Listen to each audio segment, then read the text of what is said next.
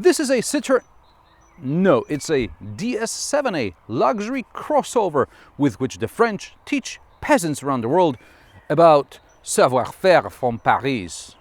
If you know anything about cars, you've probably heard about Citroen DS, introduced in the 1950s. This revolutionary model presented not just innovative design, but also unrivaled technologies such as hydropneumatic suspension or dynamic cornering lights. For decades, Citroen was known for its interesting styling and cutting-edge tech.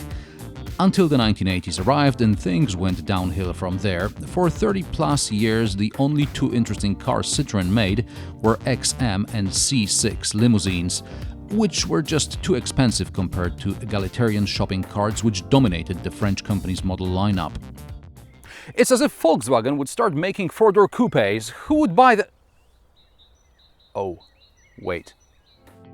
Anyway, someone at Citroen assumed perhaps a separate line of vehicles rooted in the brand's best traditions would help.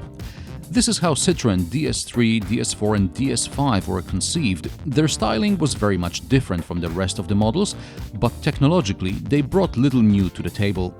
So Citroen decided DS should be a completely separate sub-brand so that nobody except automotive aficionados would tie it to Citroen. And indeed, a friend of mine looked at the logo and asked me whether this is some sort of a Chinese import, because he's never seen anything like it. Marketing gurus in Paris are probably popping champagne bottles right now because they hit bullseye. China is a market with prospects, even though DS is a niche there too, but maybe a more profitable niche than Europe. DS shape is hardly groundbreaking, but details make the external design very interesting.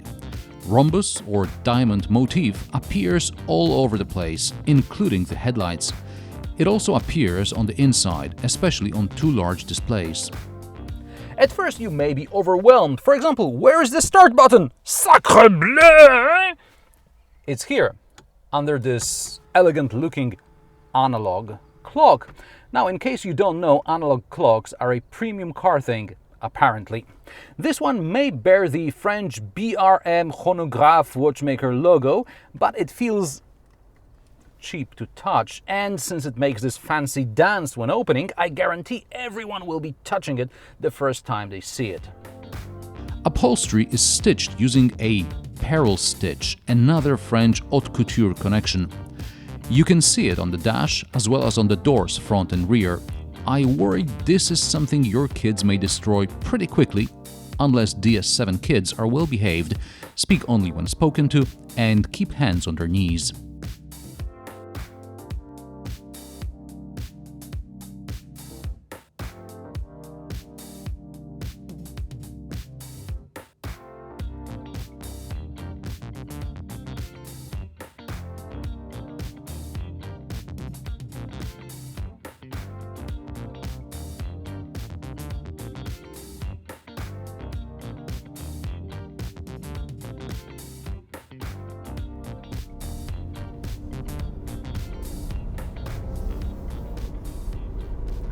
I have two more complaints and then we'll get to things I like about this car, because despite my rant about French savoir-faire, DS7 has a few nice surprises. First, I don't know if this pattern on leather is deliberate or rather a result of carelessness at the car wash. Secondly, why does the rhombus in the instrument cluster run under the plastic? It's a rhetorical question because I'm sure by now you have figured out what I think about French savoir-faire. As I said at the beginning, DS3, DS4 and DS5 were visually distinctive but lacked cutting-edge tech to match the looks. DS7 is different. It offers solutions which rarely appear in other brands, and if they do, it's on top luxury models. Adaptive cruise control reads speed limits and adjusts speed accordingly. Active lane assist keeps you in your lane. Infrared camera in front of the car identifies potential threats at night, and an infrared camera inside above the steering wheel monitors the driver's face in search of signs of fatigue or distraction. Active LED headlights adapt to road conditions. But the most interesting piece of technology, in my opinion, is the camera-based active suspension. This technology is featured in the current generation Mercedes S-Class and the new Audi A8. S-Class, A8 and DS7 in one league. It's not what you expected, is it? How does it work? Camera scans the road 5 meters ahead of the vehicle and sends information about upcoming potholes and bumps to the suspension.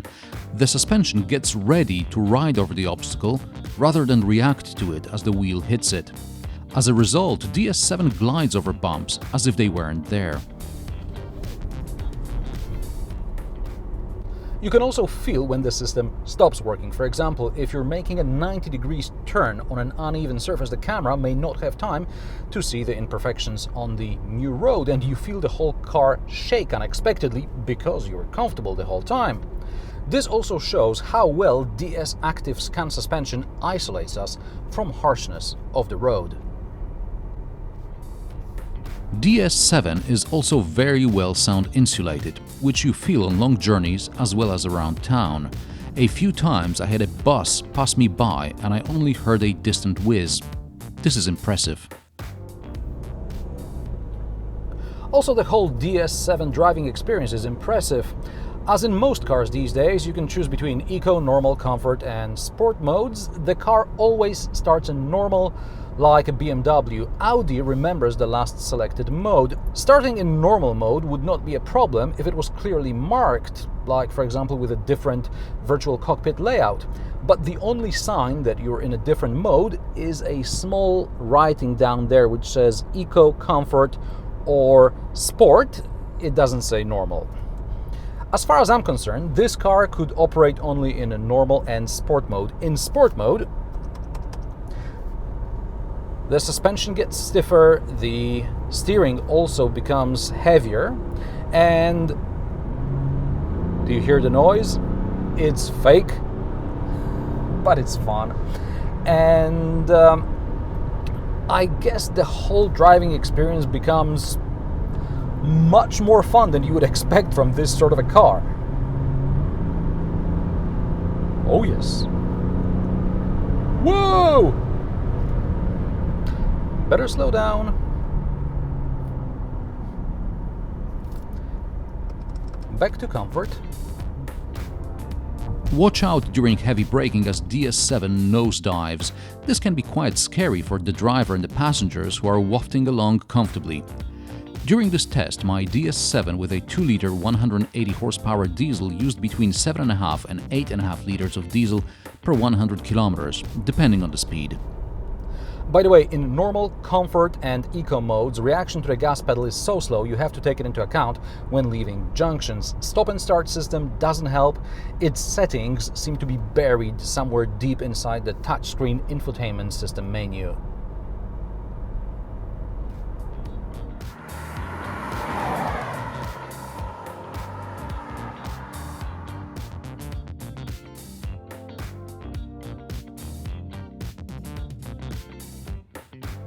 Which brings us to the infotainment system. It's been a few years since PSA gives us these tablets to do everything, including climate control adjustment.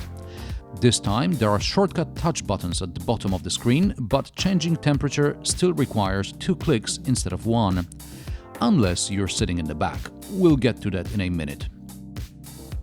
I wish the interface included some sort of a home screen. Instead, there are these tiny shortcut buttons down here, but they lack haptic feedback. The only physical button is the hazard lights, but that's too far and still too small. On the plus side, this car gets Apple CarPlay, Android Auto and MirrorLink, but I can't show you how they work because we don't get Android Auto in Poland, MirrorLink only works on a few Samsung phones, and I don't have an iPhone. So I'm left with PSA SatNav, which is average. At least now it gets live traffic updates. Looking for settings is not for the short-fused. I'd rather have all settings grouped in one place than scattered with various functions, but I guess it's something you can get used to. The virtual instrument cluster has a few preset patterns. I'm using an individual mode which you can configure. I don't know how, I found it by fluke. There's a place for your phone with an induction charger, cup holders, large storage under the armrest, and very deep glove box. I'm not a fan of these plastic panels faking aluminum and illegible buttons. I understand metal would get hot on warm days, but perhaps a different design should have been used then. Driving position is like in the DS5. It's either too close for my legs or too far for my hands. Lumbar support deflates in 20-30 minutes in both seats. Now the steering column and the headrest seem to move ever so slightly even when locked in.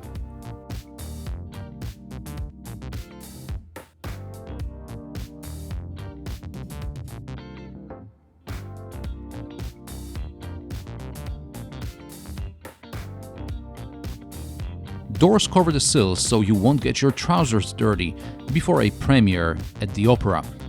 But you want to ride in the front. Since the sitting position is quite high, I drop the seat to the floor, leaving no space for feet underneath for rear passenger. Backrest adjustment is electric. Luxurious indeed.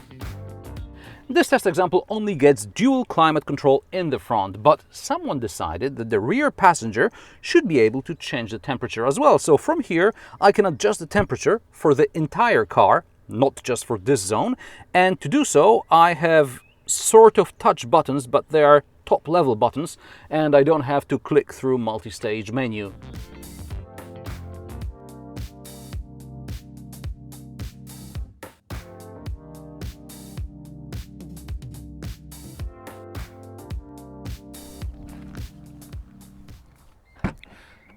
Boot lid opens too low, in my opinion. I'm sure this limits the chance of damage in a low car park, but it also increases the chance for bumping one's head if one is 180 centimeters or more. The 555-liter boot has a regular shape, a double floor, and fits a spare tire as well. In 2019, there is going to be a PHEV all-wheel drive version, which will probably have a smaller boot. It's a good thing there's a 12-volt socket, but the shopping bag hook is there only so that car journos can't say there isn't one. I like that I can close the boot lid and lock the entire car, just swinging my foot under the bumper. DS7 prices start at a reasonable €31,500 until you realize it's a 130 horsepower 3-cylinder petrol model with a manual gearbox.